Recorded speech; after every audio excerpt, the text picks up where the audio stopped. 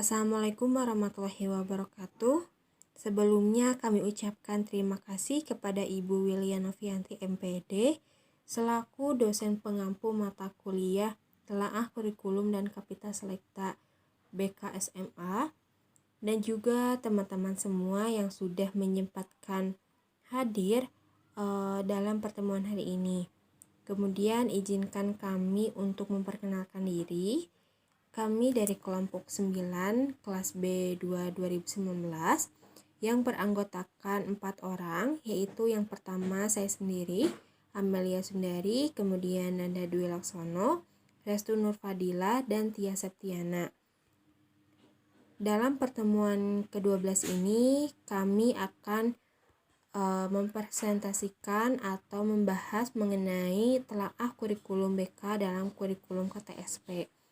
Untuk mempersingkat waktu, langsung saja ke materi, yaitu yang pertama mengenai definisi kurikulum yang akan dijelaskan oleh saya sendiri. Definisi kurikulum. Nah, kurikulum ini merupakan pedoman mendasar dalam proses belajar dan mengajar di dunia pendidikan. Berhasil tidaknya suatu pendidikan atau mampu tidaknya seorang anak didik dan pendidik dalam menyerap dan memberikan pengajaran, kemudian sukses tidaknya suatu tujuan pendidikan itu dicapai, tentu akan sangat berpulang kepada kurikulumnya itu sendiri. Nah, bila kurikulumnya didesain dengan cara sistematis, komprehensif, serta integral dengan segala kebutuhan pengembangan dan pembelajaran anak didik untuk mempersiapkan diri menghadapi kehidupannya, tentu hasil atau output pendidikan itu pun mampu mewujudkan harapan. Tapi bila tidak, kegagalan-kegagalan akan terus menyambangi di dunia pendidikan. Kemudian kurikulum ini juga merupakan alat yang sangat penting bagi keberhasilan suatu pendidikan. Tanpa kurikulum yang sesuai dan tepat, akan sulit untuk mencapai tujuan dan sasaran pendidikan yang diinginkan. Kurikulum ini adalah sejumlah mata pelajaran yang harus ditempuh atau dipelajari siswa di sekolah atau perguruan tinggi untuk memperoleh ijazah tertentu, sejumlah mata pelajaran yang ditawarkan dalam suatu lembaga pendidikan atau jurusan. Kemudian materi selanjutnya yaitu mengenai definisi kurikulum KTSP. Nah, kurikulum tingkat satuan pendidikan ini atau disingkat dengan KTSP merupakan kurikulum operasional yang disusun oleh dan dilaksanakan di masing-masing satuan pendidikan, sekolah atau madrasah. Sedangkan pemerintah pusat hanya memberi rambu-rambu yang perlu dirujuk dalam pengembangan kurikulum. Dalam hal ini, sekolah diberi keleluasan untuk mengembangkan kurikulumnya. Namun demikian, tidak berarti sekolah bebas tanpa batas untuk mengembangkan kurikulumnya.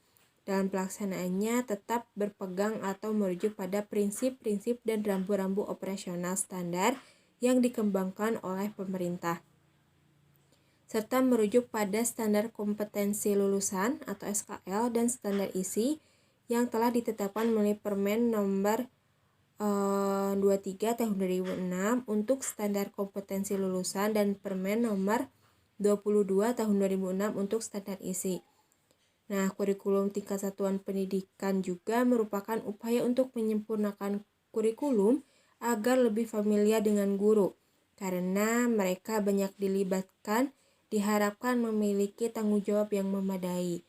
Penyempurnaan kurikulum yang berkelanjutan merupakan keharusan agar sistem pendidikan nasional selalu relevan dan kompetitif. Nah, dalam hal tersebut juga sejalan dengan Undang-Undang Nomor 20 Tahun 2003 mengenai Sisdiknas Pasal 35 dan 36 yang menekankan perlunya peningkatan standar nasional pendidikan sebagai acuan kurikulum secara berencana dan berkala dalam rangka mewujudkan tujuan pendidikan nasional. Baik, di sini saya akan menjelaskan tujuan kurikulum KTSP.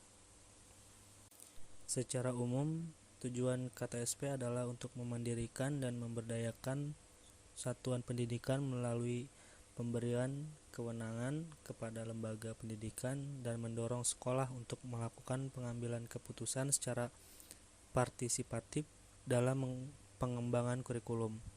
Secara khususnya, tujuan diterapkannya KTSP adalah yang pertama, untuk meningkatkan mutu pendidikan melalui kemandirian inisiatif sekolah dalam mengembangkan kurikulum, mengolah dan memberdayakan sumber daya yang tersedia. Yang kedua, meningkatkan kepedulian warga, sekolah, dan masyarakat dalam mengembangkan kurikulum melalui pengambilan keputusan bersama. Yang ketiga, meningkatkan kompetensi yang sehat antara satuan pendidikan yang akan dicapai. Selanjutnya ada landasan kurikulum KTSP. Undang-Undang Nomor 20 Tahun 2003 tentang Sistem Pendidikan Nasional, yakni menekankan perlunya peningkatan standar nasional pendidikan sebagai acuan kurikulum secara berencana dan berkala dalam rangka mewujudkan tujuan pendidikan nasional. Yang kedua, Peraturan Pemerintah Nomor 19 Tahun 2005 tentang Standar Nasional Pendidikan. Standar Nasional Pendidikan adalah kriteria minimal tentang sistem pendidikan di seluruh wilayah hukum Negara Kesatuan Republik Indonesia. Pendidikan formal adalah jalur pendidikan yang terstruktur dan berjenjang yang terdiri atas pendidikan dasar, pendidikan menengah, dan pendidikan tinggi. Yang ketiga, Perpendiknas Nomor 22 Tahun 2006 tentang Standar Isi, yakni mencakup lingkungan materi minimal dan tingkat kompetensi minimal untuk mencapai kompetensi lulusan minimal pada jenjang dan jenis pendidikan tertentu. Yang keempat, Perpendiknas Nomor 23 Tahun 2006 tentang Standar Kompetensi Lulusan. Standar kompetensi lulusan satuan pendidikan atau SKL/SP meliputi yang pertama SD, MI, SDLB paket A. Yang kedua SMP, MTS, SMPLB paket B. Yang ketiga SMA, MA, SMALB paket C. Yang keempat SMK dan MAK.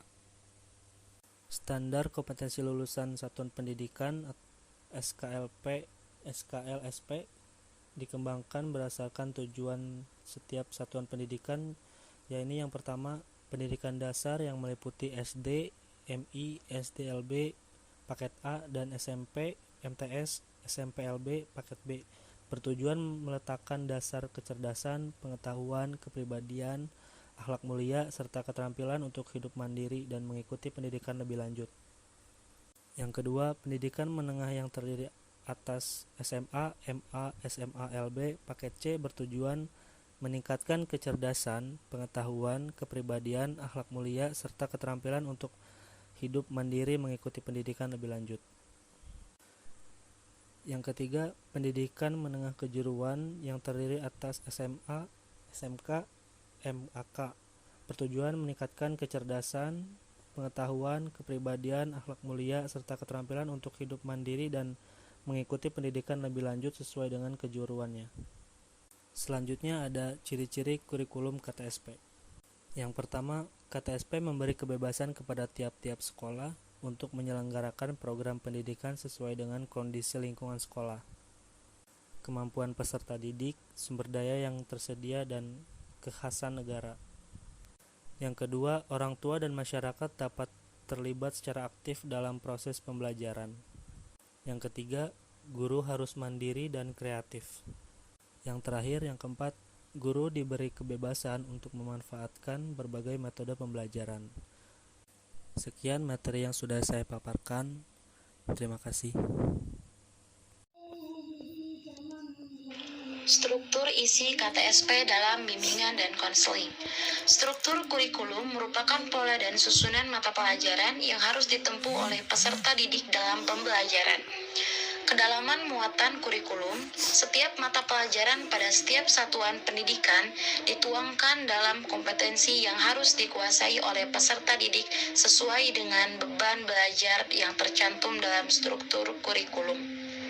Nah, jadi di sini untuk mencapai standar kompetensi dan kompetensi dasar tersebut, peserta didik tidak cukup diberikan pengajaran bidang studi saja, tetapi diperlukan kegiatan bimbingan konseling dalam konteks bimbingan konseling pengembangan diri peserta didik yang didasarkan pada tugas-tugas perkembangan yang harus dicapai oleh peserta didik pada masa perkembangannya.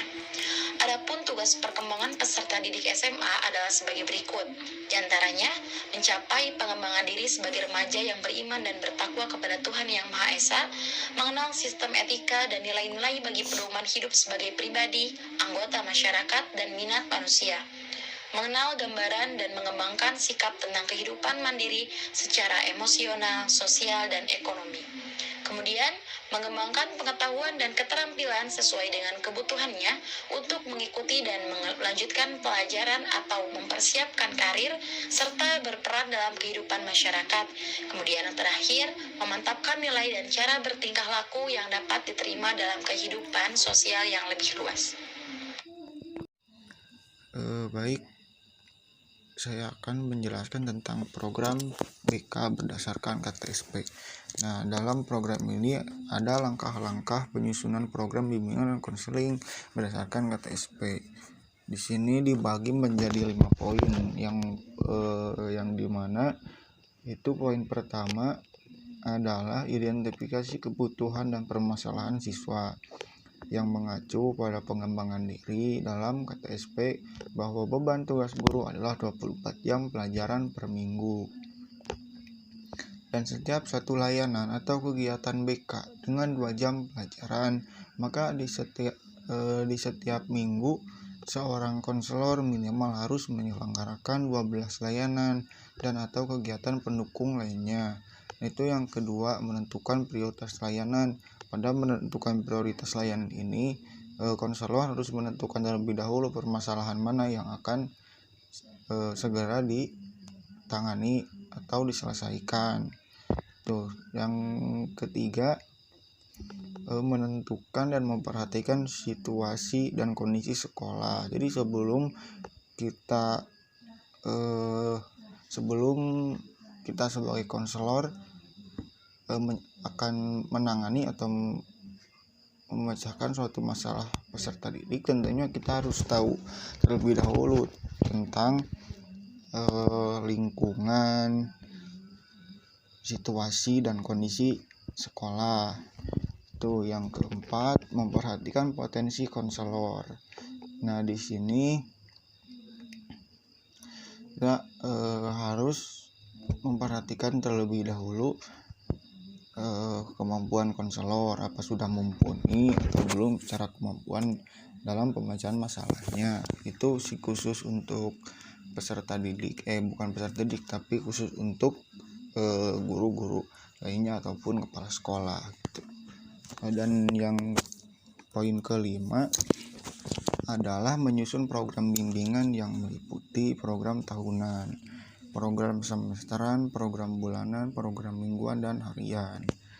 Nah, sekian dari saya. Terima kasih. Maka kesimpulan dari kelompok kami yaitu kurikulum tingkat satuan pendidikan atau disingkat dengan KTSP merupakan upaya untuk menyempurnakan kurikulum agar lebih familiar dengan guru. Nah, maka mereka banyak dilibatkan dan diharapkan memiliki tanggung jawab yang memadai. Nah, penyempurnaan kurikulum yang berkelanjutan merupakan keharusan agar sistem pendidikan nasional selalu relevan dan kompetitif sesuai dengan Undang-Undang Republik Indonesia Nomor 20 Tahun 2003, Undang-Undang 20 2003 tentang Sistem Pendidikan Nasional dan Peraturan Pemerintah Republik Indonesia Nomor 19 Tahun 2005 PP 192005 tentang Standar Nasional Pendidikan mengatakan kurikulum pada KTSP jenjang pendidikan dasar dan menengah disusun oleh satuan pendidikan dengan mengacu kepada SII dan SKL serta berpedoman pada panduan yang disusun oleh Badan Standar Nasional Pendidikan atau BSNP. Nah, bimbingan dan konseling dilaksanakan oleh konselor, sedangkan kegiatan ekstrakurikuler dapat dibimbing dan difasilitasi oleh guru dan konselor yang mempunyai kompetensi di bidangnya masing-masing. Terima kasih. Alhamdulillah, materi demi materi telah disampaikan, kemudian kesimpulannya juga telah disampaikan. Mungkin itu saja yang dapat kami sampaikan mengenai telaah kurikulum BK dalam kurikulum KTSP ini. Mohon maaf apabila ada kekurangan baik dalam pembuatan materi ataupun penyampaian materi. Itu saja, ditutup dengan doa. Wabillahi taufiq wal hidayah. Wassalamualaikum warahmatullahi wabarakatuh.